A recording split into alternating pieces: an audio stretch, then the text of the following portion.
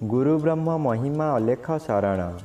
नमस्कार दर्शक वृंद, आपण मानंकु आजिर राशिफल कार्यक्रम रे मु एस कुमार स्वागत जनाऊछि।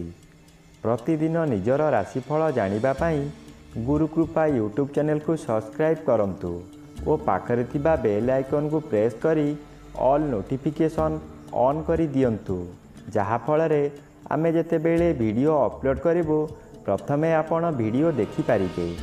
आमर यही वीडियो रे आपण संपूर्ण पंचांग सहित मेष ठारू मीन पर्यंत 12 गोटी राशिर राशिफल विषय रे जानि पारिबे।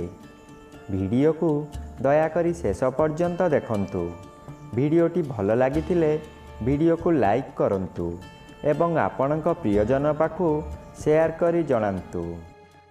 एबे आसंतु जानिबा आज दिनर संपूर्ण पंचांग विषय। आज 2024 मसीहा मार्च मास 16 तारिख शनिवार, दिल्ली शराब्द सन 1431 साल, स्वाधीन भारताब्द 77 वर्ष, महिमाद 197 वर्ष। उत्कल गजपति श्री श्री गजपति दिव्यसिंह देव महाराजांकर 67 अंक। सौरस्व चैत्र मास 3 दिन, चांद्रमते फाल्गुन शुक्ल पक्ष सप्तमी तिथि, रात्रि 2 घंटा 28 मिनिट पर्यंत। आजिर सूर्योदय विरजा क्षेत्र को 5 घंटा 55 मिनिट, मीन लग्न सूनुदंड 14 लिता गते उदय। आजिर सूर्यास्त विरजा क्षेत्र को 5 घंटा 51 मिनिट, कन्या लग्न सूनुदंड 24 लिता गते अस्त। आज वृषचंद्र 60 दंड, रोहिणी नक्षत्र रात्रि 8 घंटा 54 मिनिट पर्यंत। आज जन्मित शिशुर वृष राशि वैश्यवर्ण नरगण, रात्रि 8 घंटा 54 मिनिट गते देवगण। आज मृत व्यक्तिर 2 पाद पुष्कर दोष, रात्रि 2 घंटा 28 मिनिट गते 1 पाद पुष्कर दोष। निषिद्ध खाद्य आज ताल भोजन निषेध अटे। आजिर अमृत जोग दिवा 9 घंटा 55 मिनिट गते 1 घंटा 7 मिनिट मध्य, एवं रात्रि 12 घंटा 16 मिनिट गते 1 घंटा 52 मिनिट मध्य। आजिर महेंद्र जोग नाही। आजिर काल बेला प्रातरु दिवा 7 घंटा 29 मिनिट मध्य, एवं अपराह्न 4 घंटा 54 मिनिट गते 5 घंटा 51 मिनिट मध्य। आजिर बार बेला दिवा 1 घंटा 45 मिनिट गते अपराह्न 3 घंटा 21 मिनिट मध्य। आजिर काल रात्रि संध्यारु रात्रि 7 घंटा 25 मिनिट मध्य, एवं शेष रात्रि 3 घंटा 44 मिनिट गते 5 घंटा 55 मिनिट मध्य। आजिर राहु काल पूर्वाह्न 9 घंटा ठारू 10 घंटा 30 मिनिट मध्य। आज बिछा राशिर घात चंद्र रात्रि 8 घंटा 54 मिनिट मध्य, मकर राशिर घात नक्षत्र, घात तिथि नाही। वृष राशि, सिंह राशि और कन्या राशिर घात 12। बंधुगण, एबे आसंतु जानिबा मेष ठारू मीन पर्यंत 12 राशिर राशिफल विषय रे। राशि चक्रर प्रथम राशि मेष राशि।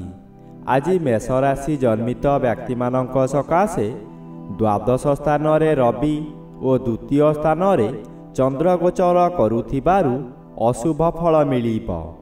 अजथारे बहु अर्थहानि हेब।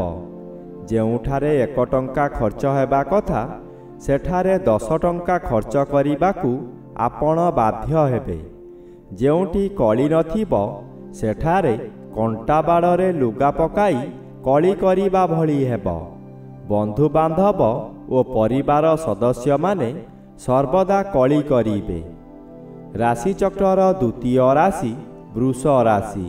आज वृष राशि जन्मित व्यक्ति मानक सकाशे श्रीचंद्र गोचर रे भ्रमण करुछंती। किछि कांशरे शुभ फल मिलिब। ଆପଣଙ୍କ ପରିବାରକୁ ବନ୍ଧୁ ଆଗମନ କରିବେ ଓ ସ୍ୱାଦିଷ୍ଟ ଆହାର କରିବେ। ଏକାଦଶ ରବି ଶୁଭ। ଆପଣ ଜାଣିନଥିବା ସ୍ଥାନରୁ ଅର୍ଥ ମିଳିବ।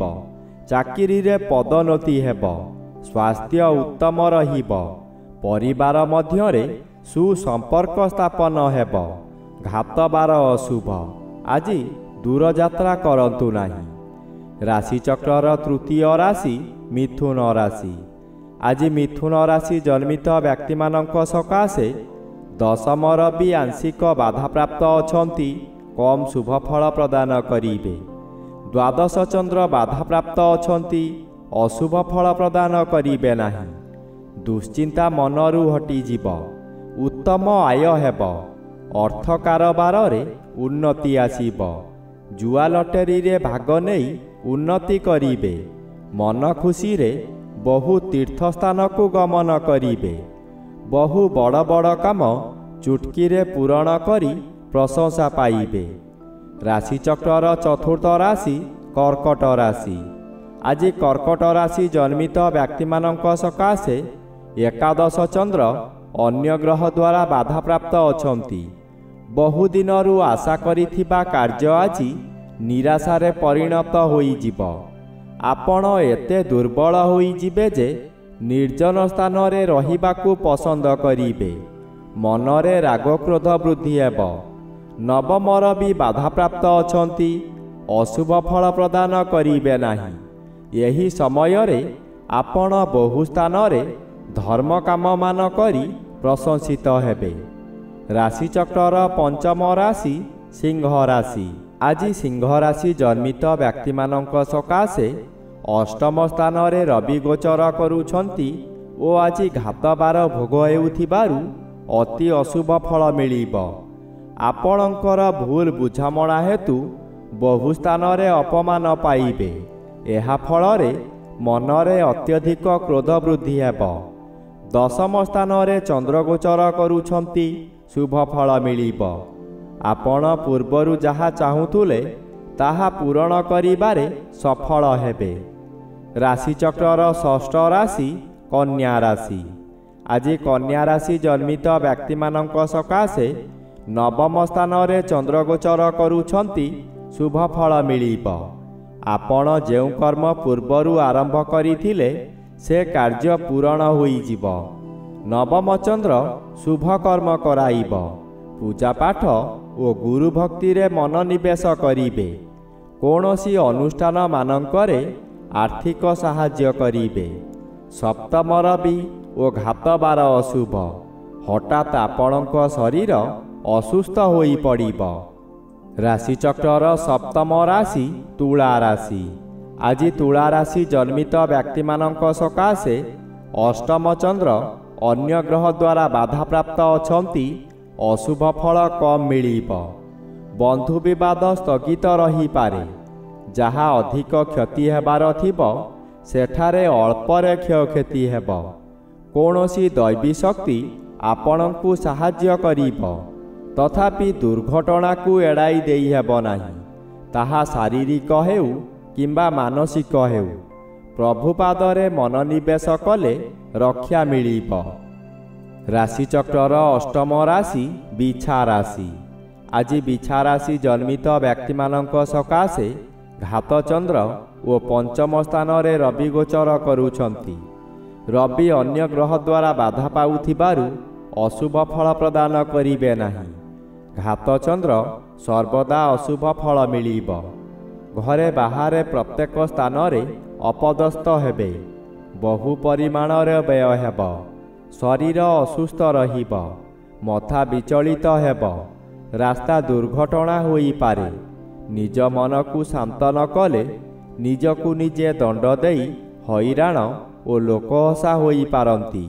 ରାଶିଚକ୍ରର ନବମ ରାଶି ଧନୁ ରାଶି।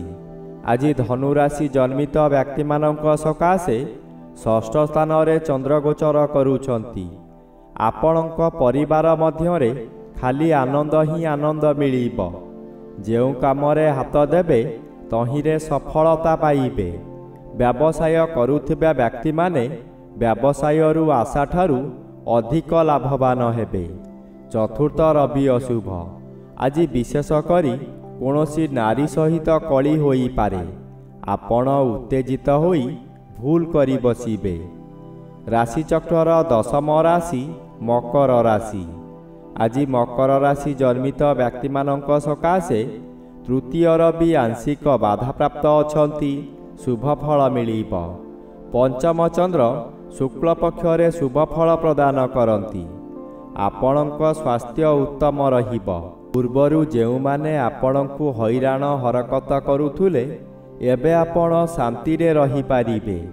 ପଞ୍ଚମ ଗୃହ ଜ୍ଞାନ ଗୃହ ହୋଇଥିବାରୁ ଆପଣଙ୍କର ବିଭିନ୍ନ ଜ୍ଞାନ ବୃଦ୍ଧି ହେବ। ବହୁ କାମରେ ହାତ ଦେଇ ଆପଣ ସଫଳ ହେବେ। ରାଶିଚକ୍ରର ଏକାଦଶ ରାଶି କୁମ୍ଭ ରାଶି। ଆଜି କୁମ୍ଭ ରାଶି ଜନ୍ମିତ ବ୍ୟକ୍ତିମାନଙ୍କ ସକାଶେ ଚତୁର୍ଥ ଚନ୍ଦ୍ର ବାଧାପ୍ରାପ୍ତ ଅଛନ୍ତି। ଅଶୁଭ ଫଳ ମିଳିବ ନାହିଁ। ହଠାତ୍ କୌଣସି ସ୍ଥାନରୁ ଶୁଭ ଖବର ପାଇ ବିଦେଶ ଯାତ୍ରା କରିପାରନ୍ତି।